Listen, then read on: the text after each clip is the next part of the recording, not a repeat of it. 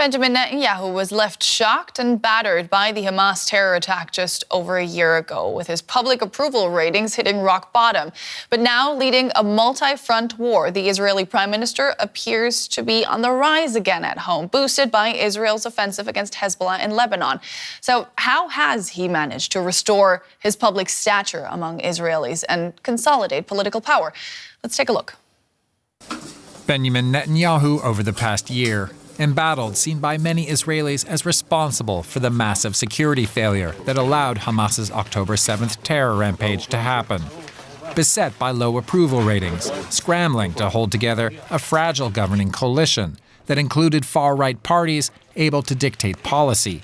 The leader who had hoped to be remembered by history as the defender of Israel looked weak, his hold on power shaky. A year of war in Gaza followed, intense fighting, tens of thousands of dead. Hamas weakened but still intact, and 101 Israeli hostages still out of reach. But everything changed last month when thousands of phone pagers exploded across southern Lebanon, targeting Hezbollah militants. For people in Lebanon, it marked the beginning of yet another war with Israel. But for Israelis, it meant a new military focus, the north, and for Netanyahu, a personal shift in political power. So far, the war in the north has brought visible military success and results, including the death of Israel's arch-enemy, Hezbollah leader Hassan Nasrallah. Then, Netanyahu threatened Iran. There is nowhere in the Middle East Israel cannot reach.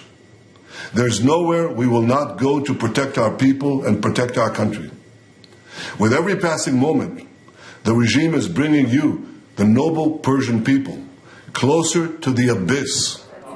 Netanyahu has also seemed immune to pressure from Israel's biggest backer, the U.S., to avoid a wider war with Hezbollah and its backer Iran. Every time Netanyahu has escalated the conflict, the U.S. has backed him up with an increased military presence in the region to deter Iran. For Netanyahu, a win-win. According to polls, the war on the northern front has the support of 80% of the Israeli public. With his own approval ratings on the rise and an expanded governing coalition, Netanyahu is less dependent on the far right to keep his government together. That could all change fast. The war in Gaza is still far from over. Israel has fought wars in Lebanon before that have taken unpredictable turns and seen Israel retreat. And all bets are off in the case of a war with Iran. But for now, just over a year after the catastrophe of October 7th, Netanyahu seems more emboldened than he has in a long time. And I'd like to welcome our DW Middle East analyst, Shani Rozanes. Shani, a year ago, Netanyahu was holding on for dear life. Now a completely different picture. Correct. How do you do it? Well, two things. First of all, we've seen things that are happening to public in war. We've seen it in many other societies, but we see it also in Israel. There's a shift to the right. People are feeling insecure. People feel afraid for their lives. And of course, they're looking for what seems to be projecting power. And Netanyahu, in that sense, has always been very good in projecting that and giving, that sense of confidence, at least for his base. And we've seen him holding very tight to his base and managing also within his base to move a little bit the power, structure. So he is quite strong within his base. He doesn't manage to expand much beyond it, but we do see that more and more Israelis support right-wing other leaders. So Israelis are shifting to the right because they also feel far less confident. So this is one thing that helps Netanyahu. And the other thing that he did was he managed to, with Hezbollah, he all of a sudden flipped the script in a sense that Israelis are no longer on the, on the receiving side, but rather the ones taking the initiative. What we've seen on September 17th, for example, the pagers, there was such a moment of elation for many Israelis because it was a symbol for, here we are, here's the wit and the smarts and the capabilities of the Israeli defense system that we have long known and somehow lost confidence in October. And the ability to shape, to make this tremendous fundamental shift really helps people kind of be lifted up and helps him as well, of course. Yeah, and him being emboldened like that, what does that mean for the wars that Israel is fighting in the region? Well, that's the biggest question. I mean, I think if you talk about Iran, a lot of it also depends on the Americans. Biden is, all of America is focused on November 5th there. The last thing that the Americans want to see is this escalating into an all-out war, going further, down. So the Americans are trying to hold Netanyahu back, and I think in that sense, his emboldenment is not really taking full on, not taking Iran full on is probably held back by the Americans. That's probably one thing when you talk about Iran. But in Lebanon, we see Israel. They started with, we've just mentioned the pagers and all those air bombings, and then now we have Israel has more than 4 brigades that are operating on the ground in the south of Lebanon. The past experience has shown that the Israeli military is very good at starting operations in Lebanon, not so very good in finding its way out. And Israel is also, of course, there's great damage and great loss of lives for Lebanese, but also on the Israeli side. This is something that I don't know if Netanyahu, that he loves pointing to the successes in the northern front, but I'm not sure that this could last for too long if there's no clear strategy of where the military is heading next or how it's pulling out. I think that might actually be his demise on the long term if Lebanon doesn't, end soon. There also doesn't seem to be a clear strategy on how to get the dozens of hostages home that are still in Gaza. How much pressure is that putting on him, the fact that he has failed in the past year to bring the hostages home? That's very perceptive, Nicole. That's exactly the point now, because Gaza is still there. It's the shadow that is, looming over his head all the while. And this is where Israel is struggling. I don't think anybody imagined a year ago in Israel, also in Netanyahu circles, that after a year, Hamas would still be able to launch rockets at Israel, which it's doing every day. There's, of course, the organization as such is maybe, in disarray, but the operatives on the ground, they still have their sources, they still have their ways, and they're still giving Israeli forces that are in Gaza a lot of trouble. So this is far from being over. And of course, the hostages, as long as the fighting in Gaza is ongoing, nothing changes there. It's also connected to Iran. There is no incentive for Sinwar, the leader of Hamas, to try and compromise on a deal, bringing back the hostages. When he sees a war with Iran looming, he hopes Israel will find itself in Lebanon and Iran entangled and in much deeper trouble. And then maybe he will have the upper hand in just getting what he wants in Gaza. And Israel will have to say, okay, let's just do whatever it takes to finish this and finally concede to Hamas's terms when it comes to the hostages. So this is why we're seeing the hostages deal stuck with no end, in sight. We also know the Americans have pulled out from the talks because, as we said before, they're focusing on, internal issues. They were focusing on the election on November 5th.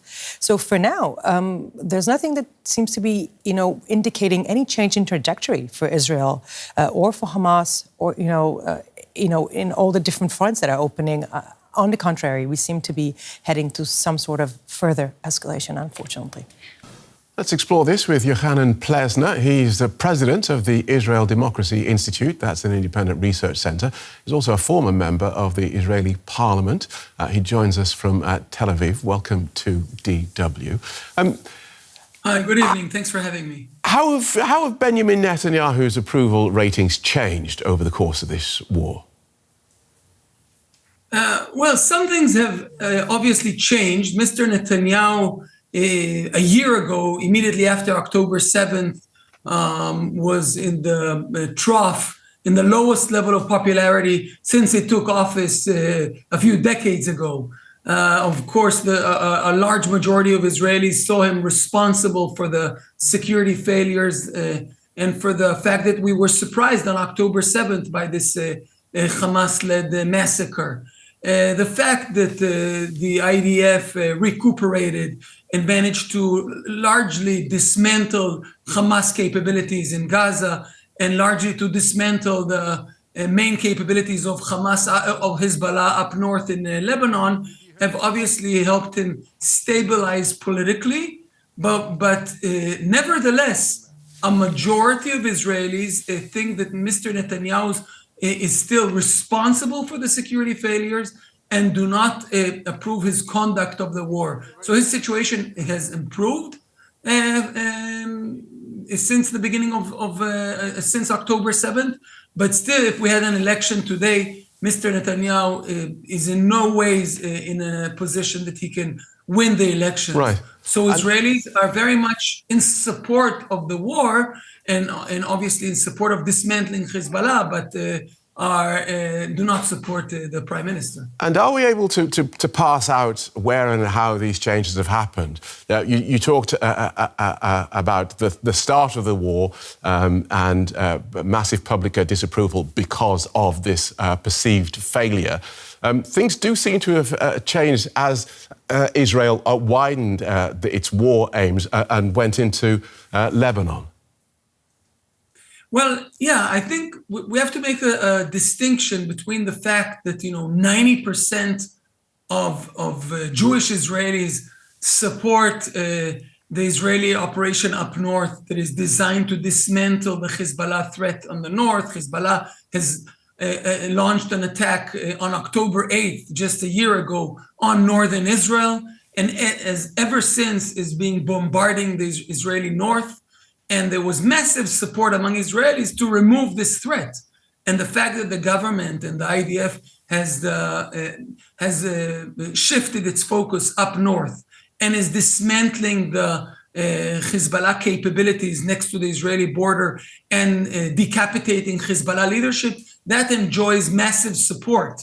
But we should create quite a clear distinction between the fact that there's support behind the IDF war goal of removing the Hezbollah threat and support for Mr. Netanyahu that is very limited. Right. So it's true that his situation is better than a year ago, but nevertheless, him alongside with his coalition partners are far from having a majority in Israeli public opinion, and a majority of Israelis hold him responsible for the security failures. And in this respect, Netanyahu politically knows exactly what he's doing when he's trying to extend the period until an Let's turn to this today's news that the U.S. Secretary of State and Defense Secretary have sent this letter to Israel urging it to improve the humanitarian situation or in Gaza or face consequences.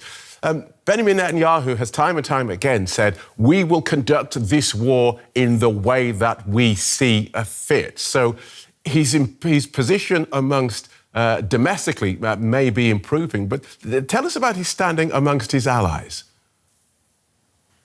Well, obviously the relationship with the United States and with the key countries in the West is extremely important.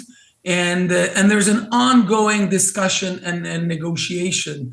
The issue of the flow of humanitarian support, it's not so much about whether civilians in Gaza should receive humanitarian support, but it's more about a question of who delivers it, because currently the way it's being conducted means that primarily Hamas is the one that ends up distributing the aid to the population and continues to solidify its civilian rule. So there's question marks around how to do it. Obviously, the Israel and the United States will reach an understanding around that issue. There's constant give and take about that. But the big picture is that Hamas is an Iranian offshoot and arm. Hezbollah is an Iranian offshoot.